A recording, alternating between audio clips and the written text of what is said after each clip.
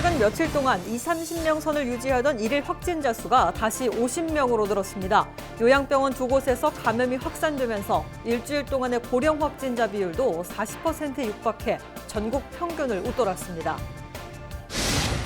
정부의 강력한 방역 대책에 따라 부산에서도 예정됐던 연말연시 행사들이 대부분 취소됐습니다.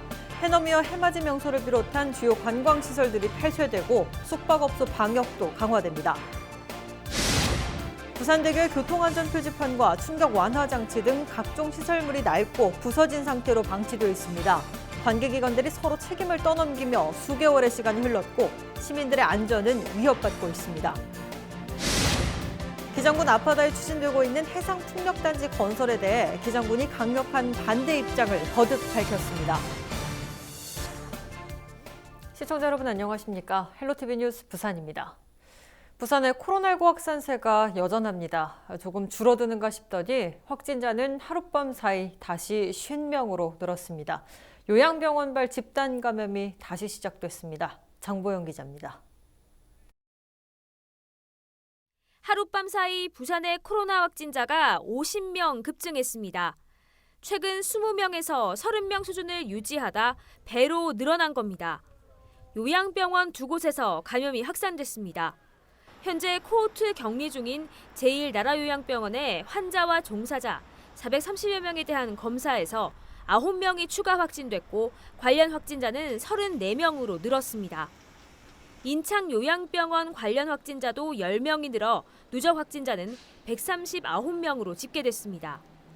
이 기도 삭간을 하고 계신다든지 아니면은 목이나 이런 쪽에 해서 저희가 그 흡입 시술을 할 때 비말이 굉장히 많이 발생하는 경우가 있습니다. 그래서 저희가 엄격하게 관리를 하더라도 1인 1실에 있지 못하는 상황이기 때문에 교차 감염의 위험도 항상 존재하고 있습니다. 60세 이상 고령 확진자의 비율은 전국 평균 25%에서 30% 수준. 하지만 부산은 요양병원발 감염 확산으로 인해 지난 일주일 동안의 고령 확진자 비율이 40%에 육박하고 있습니다. 코로나 고위험군이 늘어나고 있지만 중환자 병상은 하나도 남아있지 않은 실정입니다. 일단 중증 환자 병상은 없으나 중증 환자를 치료하기 위한 장비들이 저희들은 아직은 있습니다. 그래서 중증 환자가 발생한다면 지금 중증 환자가 아닌 분들을 다른 병실로 옮기고 중증 환자 치료를 할 수 있고. 감염 경로로 보면 지난 일주일 동안 확진 판정을 받은 237명 중 가족 사이 감염이 90명으로 가장 많았습니다. 헬로티비 뉴스 장보영입니다. 정부의 강력한 코로나19 방역 대책에 따라 부산에서도 예정돼 있던 연말연시 행사들이 대부분 취소됐습니다. 주요 관광시설도 모두 폐쇄됩니다. 김한식 기자가 자세한 소식 전해드립니다. 12월 31일과 새해 첫날이면 어김없이 수많은 인파로 북적이던 해넘이와 해맞이 명소. 하지만 이번엔 이런 풍경을 보기 어렵게 됐습니다. 부산시는 정부의 연말연시 방역 대책에 따라 부산 지역의 해넘이 해맞이 명소를 폐쇄한다고 밝혔습니다. 해운대 해수욕장을 비롯한 7개의 해수욕장과 황령산과 금정산도 포함됐습니다. 해운대 다리돌 전망대와 청사포 등 지역 내 주요 관광시설 36개소도 문을 닫습니다. 폐쇄가 어려운 광복로와 흰여울 문화마을 등 관광지 22곳에는 방역관리 요원이 집중 배치될 예정입니다. 숙박업소 방역도 강화됩니다. 부산에 등록된 숙박시설 346곳은 객실의 최대 50%까지만 투숙 가능합니다.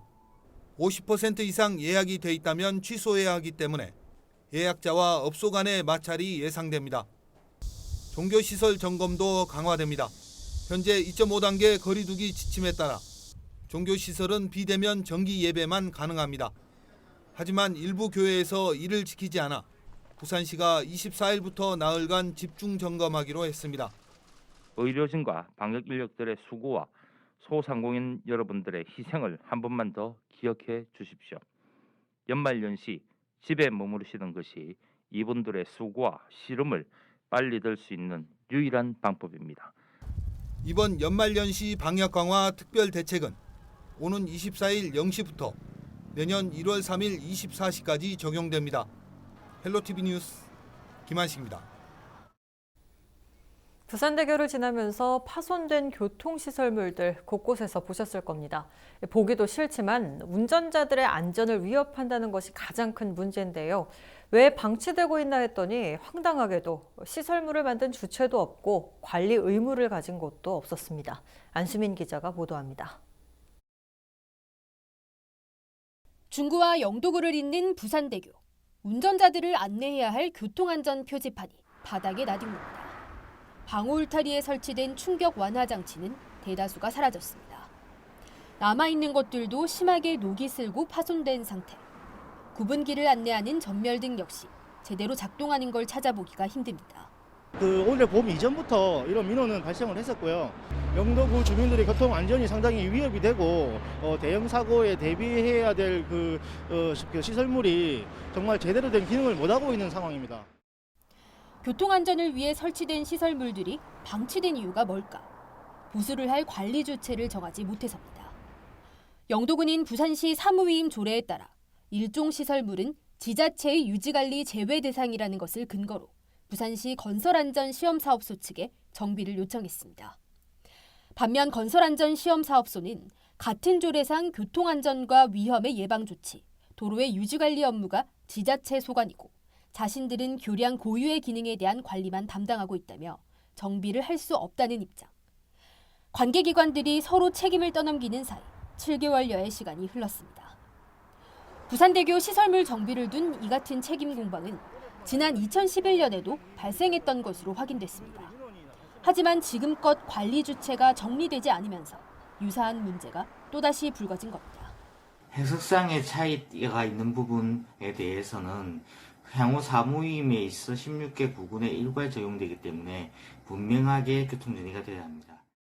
시민들의 민원이 지속되자 일단 영도구가 예산 4,100만 원을 편성해 보수 작업을 진행하기로 했습니다. 이처럼 파손된 시설물들은 내년은 돼야 정비가 이루어질 것으로 예상됩니다. 당장의 시급한 해결책은 마련됐지만 관리 주체를 명확하게 정하지 않는 이상 오가는 책임 공방 속에 시민들의 안전이 위협받는 상황은 계속해서 반복될 것으로 예상됩니다. 헬로티비 뉴스 안수민입니다.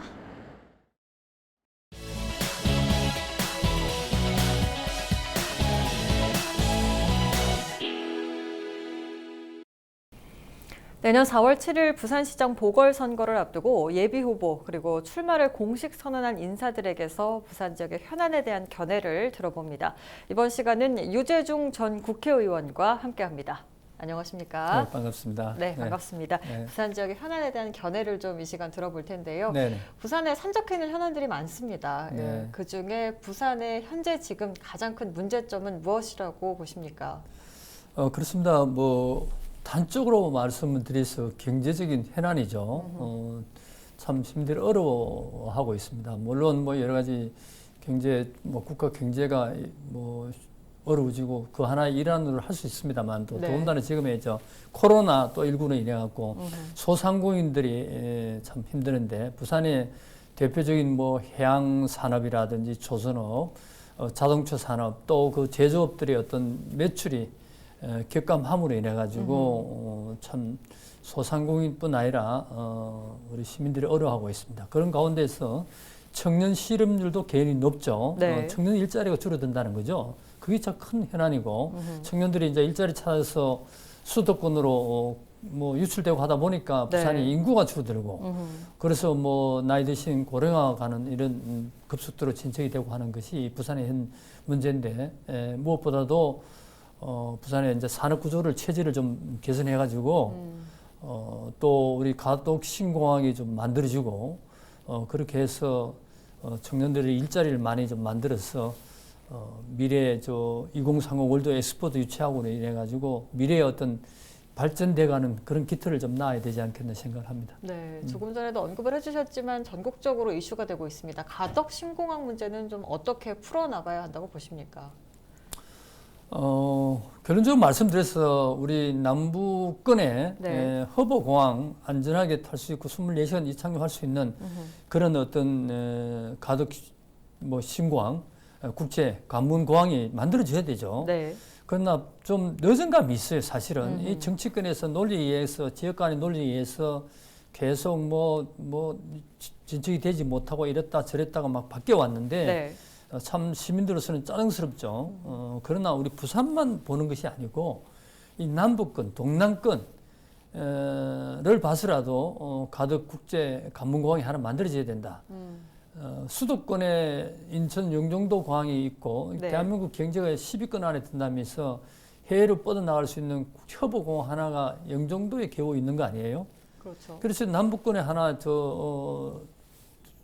수도권의 어떤 국제 관문공항과 같은 대칭되는 가덕 관문공항이 분명히 만들어져야 되는데 또 어떤 수도권의 이기적이 위해서인지는 모르겠습니다만도 수도권에서는 이렇게 좀 부정적으로 이야기를 많이 하고 있죠. 네네. 물론 공항 만드는데 돈은 들어갑니다. 그러나 먼 미래를 내다봤을 때 10년, 50년, 100년 대계를 내다봤을 때는 관문공항이 만들어져 가지고 거기에 대해 유발되는 여러 가지 경제적인 효과가 굉장히 크기 때문에 그것이 우리 남북권의 큰 발전을 어떤 가져올 수 있는 초석이 되지 않겠나 생각해서 빠른 시간 내에 지금 무르익고 있기 때문에 빠른 시간 내에 삽을 뜰 수 있도록 좀 만들어야 되지 않겠나 생각합니다. 조속히 남북권의 국제 관문공항이 그렇죠. 만들어져야 한다는 네. 말씀이셨습니다.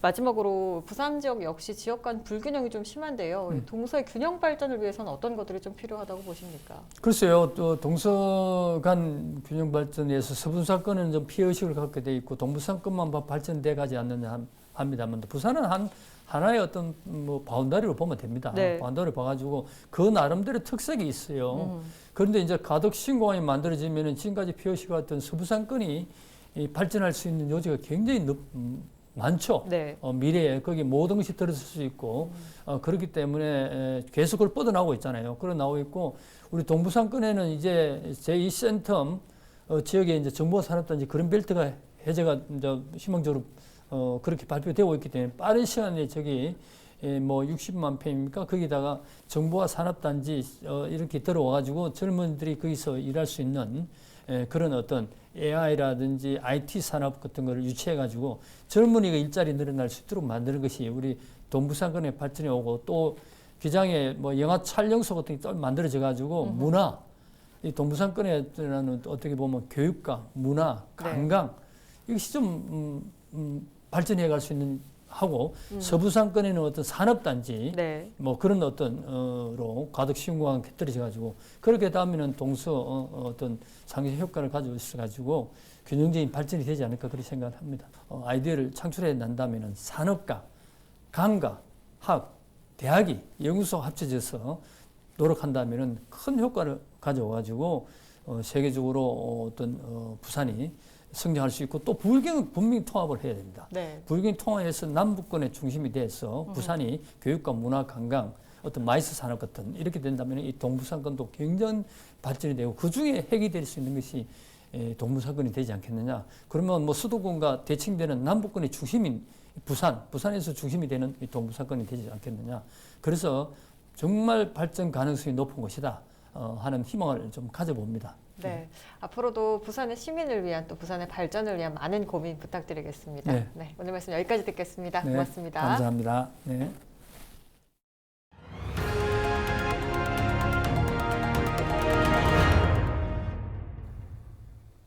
기장군 앞바다에 추진되고 있는 500메가와트 규모 해상풍력단지 건설에 대해 기장군이 강력한 반대 입장을 거듭 밝혔습니다.